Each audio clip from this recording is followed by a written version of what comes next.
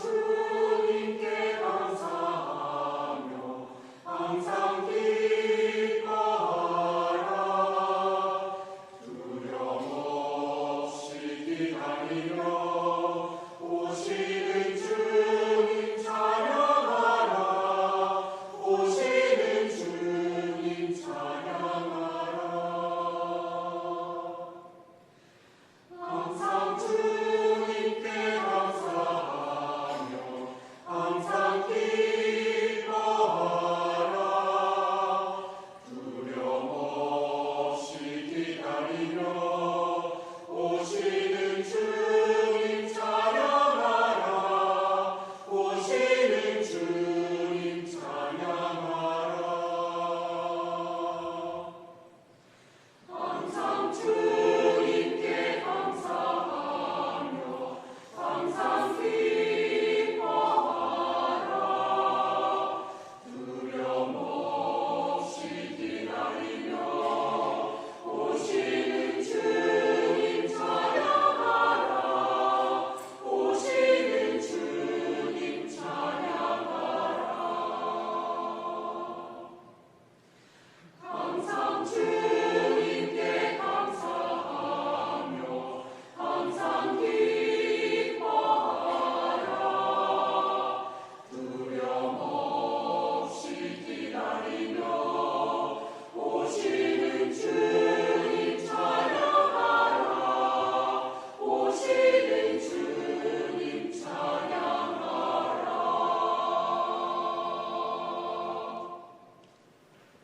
예수 그리스도께서 태어나신 경애는 이러하다. 예수의 어머니 마리아는 요셉과 약혼을 하고 같이 살기 전에 잉태한 것이 드러났다. 그 잉태는 성령으로 말미암은 것이었다. 마리아의 남편 요셉은 법대로 사는 사람이었고 또 마리아의 일을 세상에 드러낼 생각도 없었으므로 남모르게 파혼하기로 마음먹었다. 요셉이 이런 생각을 하고 있을 무렵에 주의 천사가 꿈에 나타나서 다윗의 자손 요셉아 두려워하지 말고 마리아를 아내로 맞아들이어라. 그의 태중에 있는 아기는 성령으로 말미암은 것이다. 마리아가 아들을 낳을 터이니 그 이름을 예수로 하여라. 예수는 자기 백성을 죄에서 구원할 것이다 하고 일러주었다. 이 모든 일로써 주께서 예언자를 지켜 동정녀가 잉태하여 아들을 낳으리니 그 이름을 임마누엘이라 하리라 하신 말씀이 그대로 이루어졌다. 임마누엘은 하나님께서 우리와 함께 계시다는 뜻이다. 잠에서 깨어난 요셉은 주의 천사가 일러준 대로 마리아를 아내로 맞아들였다. 그러나 아들을 낳을 때까지 동침하지 않고 지내다가 마리아가 아들을 낳자 그 아기를 예수라 보고 불렀다. 나의 주 나의 하나님 사랑합니다. 성부와 성자와 성령의 이름으로 말씀드립니다. 예수님의 탄생이 임박했습니다. 지난 보라색으로부터 시작했던 제리 앞에 대림초가 이제 마지막 새하얀 대림초에 촛불을 켰습니다. 인간을 향한 하나님의 구원이 머지 않았음을 드러냅니다. 또한 여러분들을 향한 여러분들을 친히 찾아오시는 빛이신 예수님의 그 탄생이 곧 머지 않았습니다. 우리 곁에 오시는 예수님을 맞이한 마지막 준비와 기쁨의 한 주간이 되길 주님 이름으로 소망합니다. 오늘 마태복음 그 첫 시작은 그리스도께서 태어나신 경위가 이러하다라고 시작합니다. 예수님 탄생에 대한 이야기입니다. 사복음서에 보면 예수님의 탄생에 대해서 두 군데에서 소개를 합니다. 하나는 오늘 읽은 마태복음서고요. 또 다른 복음서인 루가복음에도 자세히 기록되어 있습니다. 오늘 마태복음에서는 이 글을 읽는 저자들이 유다인들이기 때문에 유다인들의 관점에 맞추어 기록되었습니다. 그래서 예수 그리스도가 이스라엘 혈통에 의한 메시아임을 드러내기 위해서 루가복음에는 길게 나오지 않는 요셉의 이야기를 오늘 등장시키고 있습니다. 여러분, 누가복음에 보면 예수님의 탄생의 이야기 나올 때 크게 두 가지로 나옵니다. 마리아가 주의 천사가 방문하여 듣게 되고요. 또 마리아가 누구를 찾아가죠? 엘리사벳을 찾아갈 이야기가 나옵니다. 이방인들을 위해서 기록된 누가복음이기 때문에 거긴 그런 얘기가 나오지만 오늘 마태복음에는요, 유다인들을 위한 것이기에 요셉, 다윗의 후손 요셉의 이야기를 함께 첨부하고 있는 것입니다. 주의 천사가 전한 이야기는 마태복음과 누가복음이 다르지만 공통점은 요셉이나 마리아나 주의 전한 이야기, 천사가 전한 이야기에 대해 자신의 생각과 판단을 멈추고 하나님의 뜻이 이루어지기를 위하여 순종하였다는 것입니다. 자신의 경험과 생각, 판단, 잠시 멈추고 하나님의 뜻이 이루어지기를 마리아와 요셉은 기다리고 순종하였습니다. 오늘 마태복음에는 꿈속에서 요셉이 주의 천사가 구원자이신 예수 그리스도 이름을 임마누엘이라, 즉 하나님께서 우리와 함께 하신다라고 부르라고 말합니다. 그리고 누가복음서에는 주의 천사 가브리엘이 명확한 예수 이름을 밝히지만 성모 마리아에게 이렇게 얘기합니다. 은총을 가득히 받은 이여 기뻐하여라, 주가 너와 함께 하신다라고 이야기합니다. 마태복음은 우리와 함께 하신 하나님, 누가복음은 나와 함께 하신 하나님입니다. 이 모두 다 함께 하시는 하나님에 대한 임마누엘입니다. 교우님들은 예수 믿고 구원받는다는 이야기들을 자주 하시고 들으실 것입니다. 구원이란 과연 무엇일까요? 여러분들은 어떤 구원에 대한 생각들을 가지고 계십니까? 구원이란 문제 해결, 건져냄을 받다라는 의미를 가지고 있습니다. 교회 전통에서 구원은 죄에서 해방되는 것, 죽어서 하나님 나라에 들어가는 것으로 여기고 있습니다. 그런데 오늘 예수의 탄생 예고를 전한 마태복음의 말씀을 통해서 우리는 구원의 또 다른 의미를 한번 생각해 볼 수 있습니다. 구원이란 죽어서 천당 가는 것을 넘어서는 지금 우리와 나와 함께 하시는 하나님입니다. 상황과 처지에 상관없이 하나님이 나와 함께 하신다는 것입니다. 우리와 함께 하신다는 것입니다. 이것이 바로 구원의 진정한 의미일 것입니다. 임마누엘, 하나님께서 함께 하신다. 가슴 벅차고 절망 속에 희망이 되는 말씀입니다. 우리에게 오시는 예수 그리스도는 하나님이 우리와 함께하고 있다는 분명한 메시지이자 하나님이 우리를 얼마나 사랑하고 있는지 알아차리게 하는 말씀입니다. 구원이 하나님께서 우리와 함께 하신다라는 것이라면 진정한 신앙과 믿음은 나와 더불어 함께 살아가는 이들과 함께 하나님을 나누는 것입니다. 교회의 본질은, 교회의 목적은 여기에 있습니다. 예수 잘 믿어 복받는 삶이 아니라 신앙의 진정한 의미와 목적은 우리와 함께 계신 하나님을 서로 나누고 서로 보여주고 그것을 섬기는 것입니다. 이것이 건강한 신앙이고 건강한 믿음 생활입니다. 오늘 요셉의 모습을 한번 생각해 보았으면 좋겠습니다. 지금은 조금 덜하지만 2000년 전만 하더라도요, 약혼녀가 태중에 아이를 갖는 불성실함이 있으면 파혼을 하는 것이 옳은 일이었습니다.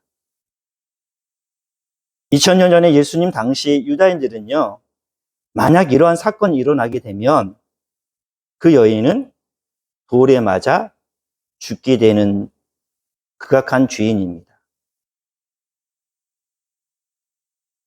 누가복음 말씀을 통해서 우리가 알고 있듯이 요셉은요, 마리아가 잉태한 사실을 언제 알았을까요? 마리아보다 빨리 알았을까요? 늦게 알았을까요?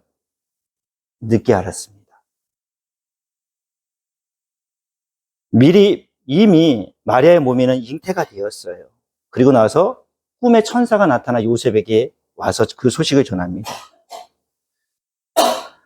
그런데 성경에는 분명히 기록하지는 않고 있지만 요셉은요, 주의 천사가 알려주기 전에 이미 마리아의 몸에 아기가 잉태되어 있던 사실을 알고 있었을 것입니다.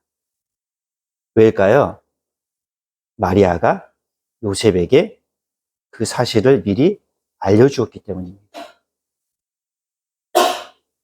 마리아도 충격적이었지만 요셉은 자신의 몸에 일어난 일도 아니었기 때문에 자기 경험으로 확인할 수 없는 일이었기 때문에 더 불안했을 것입니다. 그리고 요셉이 마리아를 파혼시켜도 요셉에게는 정당성이 다 있었습니다. 몇 날 며칠을 그는 고민했을 것입니다.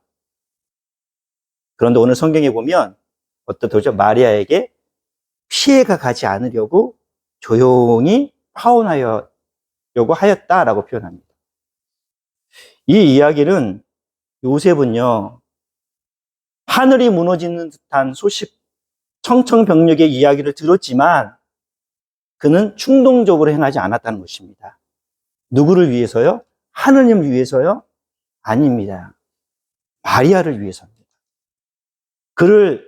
그가 같이 있는 동안만이라도 이후라도 보호해주고 싶어서 마리아가 위험에 처하지 않도록 하기 위해서 자신의 이익이 아니라 마리아를 위해서 함께하였던 것입니다. 조용히 아무에게 말하지 않고 그를 또 다른 삶을 살 수 있도록 마리아를 지켜주고 싶었던 것입니다.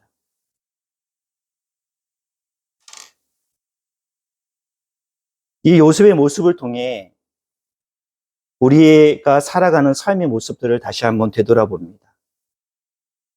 함께 한다는 것은요, 그 사람의 아픔과 슬픔을 같이 하는 것입니다. 어떤 마을에 아주 친한 두 친구가 살고 있었습니다. 갑자기 폭우가 내리는 날, 한 친구가 우산 없이 서 있는 것을 친한 친구가 봤어요.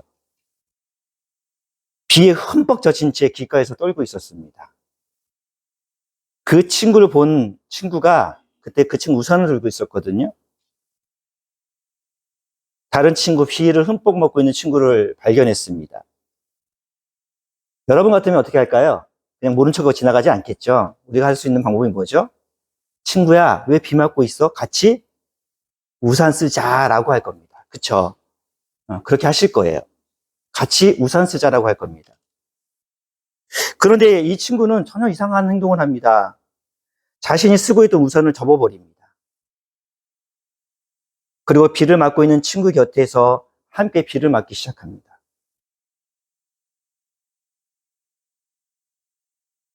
깜짝 놀란 친구가 그 친구에게 묻습니다. 너는 우산이 있는데 왜 나랑 같이 비를 맞고 있느냐? 그러자 그 친구가 이렇게 대답합니다. 내가 비를 맞고 있는데 나만 마른 옷을 입고 있을 수는 없잖아. 내가 비를 멈추게 할 수는 없지만 같이 젖어줄 수는 있어. 내가 비를 맞고 있는데 나만 마른 옷을 입을 수는 없잖아. 내가 비를 멈추게 할 수는 없지만 너와 함께 젖어줄 수는 있어. 아마도 이 친구가 비를 맞고 있었던 것은 우산이 없어서가 아닌 것 같습니다. 어떠한 이유인지 모르지만, 어떤 문제인지 모르지만 비를 맞고 있는 친구는 너무나 답답하고 힘들어 비를 맞고 있었는지 모릅니다. 그 모습을 본 친구는 그 친구의 마음을 알았던 것입니다. 이 이유와 비슷한 게 돌아가시는 고 신영복 선생님의 담론에 보면 돕는다라는 것은 우산을 들어주는 것이 아니라 함께 비를 맞는 것이라고 표현하고 있습니다. 오늘 대림 4주일 성서의 말씀들을 통하여 우리가 함께 비를 맞아주는 교우들이 되기를 주님의 이름으로 소망합니다. 우리가 경험하듯이 우리가 가장 견디기 힘든 것은 외로움과孤独입니다. 특별히 어떤 고난이 닥쳐올 때 자신 주변에 도움을 주는 사람이 없거나 욥의 경우처럼 도움을 주는 척하면서 판단하고 일명 지적질 당하면 너무나 괴롭습니다. 그럴 때 그 누군가가 내게 찾아와 그랬구나, 많이 힘들었겠어, 내가 편들어 줄게. 내가 손 잡아줄게. 이런 말보다도 그저 함께 울어주고, 그저 함께 주저앉아주고, 그저 함께 나의 눈을 바라볼 수 있는 그것이 진정한 위로일 것입니다. 그것이 진정한 하나됨일 것이고, 그것이 함께 한다는 것입니다. 그 모습으로 예수님께서 이 땅에 오셨습니다. 마국간에 가장 비참한 곳에, 가장 절망적인 곳에 예수님께서는 오셨던 것입니다. 우리는 그 예수를 구세주라고 부릅니다. 우리는 그분을 구원자라고 부릅니다. 지난주에 말씀드렸던 것처럼 우리는 그분을 하나님의 자녀, 우리의 형제라고 우리는 부릅니다. 그렇다면 우리가 따라갈 신앙의 모범 또한 예수님일 것입니다. 우리도 예수님처럼 누군가의 옆에 있는 사람들의 벗이요, 친구가 되어줄 주님을 소망합니다. 같이 손잡아 주었으면 좋겠습니다. 위로하여 주었으면 좋겠습니다. 무엇을 판단하고 자잘버릇을 시비를 따지고 책임을 전가하고 그러한 삶이 아니라 나도 그랬었어. 나도 너의 마음을 조금 알 것 같아. 이러한 삶이 되길 주님 이름으로 소망합니다. 지난 한 주간 2026년 3월의 방향의 말씀을 무엇을 가지고 할까 기도 가운데 이사야 4장 1절의 말씀이 떠올랐습니다. 한번 따라해 볼까요? 위로하여라. 나의 백성을 위로하여라. 이사야를 통하여 저에게 주시는, 여러분에게 주시는 하나님의 말씀입니다. 우리 스스로 함께 위로하는 공동체가 되길 주님 이름으로 소망합니다. 하나님 백성이요, 하나님의 자녀인 우리가 서로를 위로합시다. 잘 알지 못하면서 던져진 잘못된 판단과 말보다 쓰러져 있는 사람에게 왜 쓰러져 있느냐고, 왜 그만큼뿐이 못하냐고 묻기보다 서로 먹이고 서로 입히고 추스리며 위로를 통해 하나님의 사랑을 경험하는 우리가 되길 주님으로 소망합니다. 저는 이것을 내년에 3월의 중심에 두려고 합니다. 솔직히 우리가 무엇을 몰라서 잘못한 걸 모를까요? 우리의 연약함들은 모를까요? 자신은 잘 알고 있습니다. 그러한 사람들에게 무엇을 잘못했다는 책망 그렇게 도움되지 않는 것 같습니다. 그저 함께 손잡아주고 함께 토닥여주고 그렇게 살아가는 우리가 되기를 주님 이름으로 소망합니다. 세상에서 지치고 힘든 마음, 세상에서 꺾인 마음들, 짧은 주일의 시간이지만 그 시간 속에 만나는 신자들을 통해서 주님을 통해서 깊은 위로를 경험하기를 주님으로 소망합니다. 그것을 최우선으로 최고의 가치로 살아가 우리도 요셉과 같이 예수님의 탄생에 크게 기여한 요셉처럼 우리 안에 구원의 주요, 생명의 주요, 온전케 하신 그리스도가 일할 수 있도록 서로를 내어주고 받아주기를 주님 이름으로 소망합니다. 여러분, 같이 오신 분들은 옆에 계신 교우님의 손 한번 잡아주십시오. 그리고 혼자 오시는 분은요, 둘이 이렇게 두 손을 꼭 쥐어보셔요. 우리 같이 오신 분들은 옆에 분 손 한번 잡아주십시오. 그리고 그 손 위에 토닥토닥 해주십시오. 애썼다. 수고하셨습니다. 본인이 본인에게 위로하고 본인이 본인을 지지해주고 또 함께 살아가는 부부가 함께 살아가는 가족이 부모가 자녀가 더 나아가 하나님의 자녀된 우리 교회 공동체가 그렇게 토닥여주고 안아주고 보듬어주는 그것이 제일 부족함이 없는 우리가 되길 주님의 이름으로 소망합니다. 오늘 다시금 주님의 말씀을 통해 점검해 봅시다. 사랑하는 교우님들께서는 신앙생활을 통해 함께 하신 하나님 위로를 얼마나 경험하고 계십니까? 근데 분명한 것은 우리는 부족합니다. 그러나 하나님은 절대 부족하지 않다라는 것입니다. 우리는 어리숙하지만 하나님은 온전하시다는 것입니다. 그 하나님께서 고통과 절망 속에 어찌할 바를 몰라 하는 우리에게 2000년 전에 그러하셨듯이 천사들을 보내어 절망 가운데 있는 여러분들에게 말씀하십니다. 마음의 귀로 들으십시오. 내가 너와 함께 하고 있다. 내가 너와 함께 하고 있다. 우리가 기다리는 하나님은 임마누엘, 우리와 함께 하신 하나님이십니다. 그 하나님께서 이제 곧 오십니다. 그 하나님을 나의 주여, 나의 하나님으로 순종하며 받아들이는 우리가 됩시다. 그리고 우리도 그 누군가에게 함께하는 나로, 작은 임마누엘의 나로 살아갑시다. 함께 하시는 유리의 하나님께서 말씀하십니다. 내가 너의 손을 잡아줄 것이다. 내가 너의 손을 잡아주고 있다. 내가 너와 함께하고 있다. 그 하나님께서 머지않아 아기 예수님의 모습으로 우리에게 오십니다. 성부와 성자와 성령의 이름으로 말씀드렸습니다. 잠시 말씀 묵상하시겠습니다.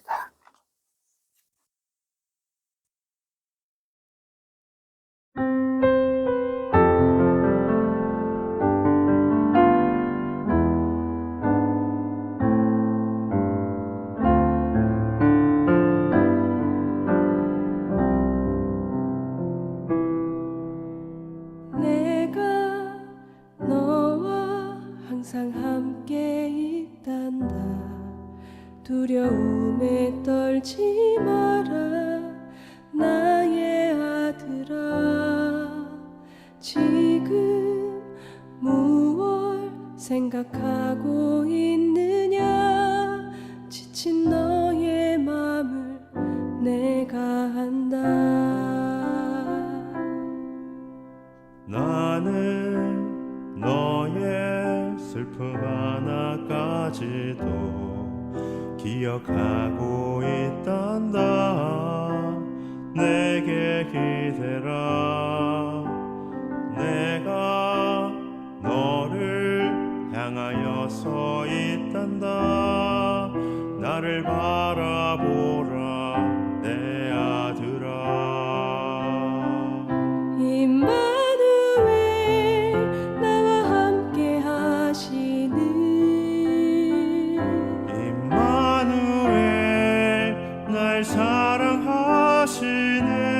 사랑하시는 임마누엘, 우리와 함께 하시는 나의 주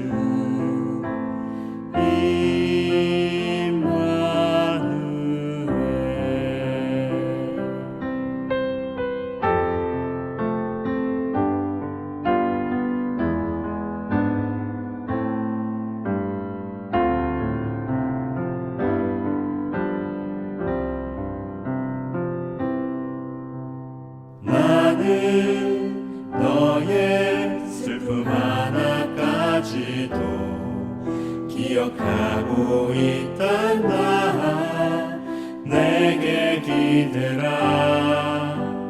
내가 너를 향하여 서 있단다. 나를 바라보라 내 아들아. 임마누엘, 나와 함께 하시는 임마누엘, 날 사랑하시는 임마누엘, 우리와 함께 하시는 나의 주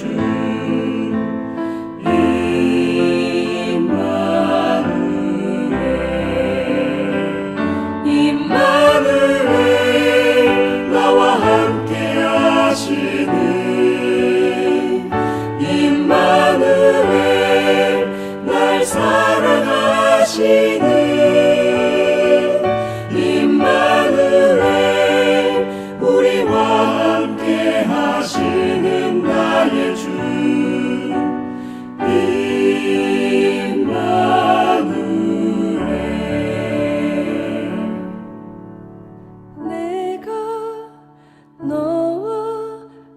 항상 함께 있단다